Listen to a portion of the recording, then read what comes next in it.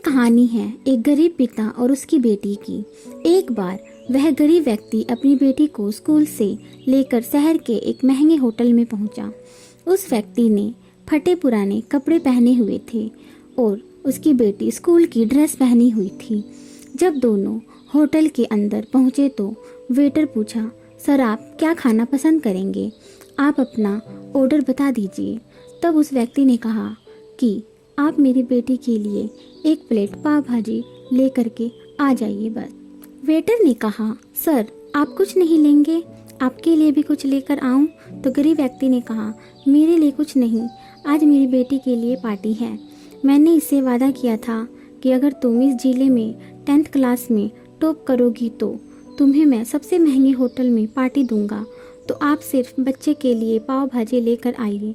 Waiter ने बात सुनते ही दौड़कर अपने मालिक के पास गया और बोला कि सर आपसे एक छोटी सी रिक्वेस्ट है कि आप मेरी सैलरी से पैसा काट लेना, लेकिन आज मैं चाहता हूँ कि उस बच्ची के साथ उसके पिता को भी एक प्लेट पाव भाजी खिलाया जाए, क्योंकि उस बच्ची ने पूरे ज़िले में 10th क्लास में टॉप किया है।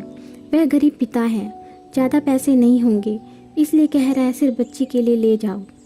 होटल के मालिक ने जब ये बात सुनी तो मुस्कुराते हुए बोला, तुम उसके पिता के लिए भी पाव भाजी लेकर जाओ, उसके लिए भी लेकर जाओ, पैसा मत लेना, 4-5 पाव भाजी पैक करवा ले जाओ और 2-3 किलो मिठाई भी लेकर जाओ। उनसे कहना ये पार्टी होटल की तरफ से है, आप ये मिठाई ले जाइए और जश्न मनाइए। जब वेटर ने 2 प्लेट पाव भाजी लेकर गया तो वह व्यक्ति चौंक गया और बोला, मैंने तो एक ही मंगाई थी, मेरे पास पैसे नहीं हैं। वेटर बोला, अरे सर शर्मिंदा मत कीजिए, ये पार्टी होटल की तरफ से है, आपकी बेटी हमारी बेटी ने टॉप किया है, ये मिठाई लेकर जाइए और जश्न मनाइए। पिता और बेटी खुश हो गए और चले गए।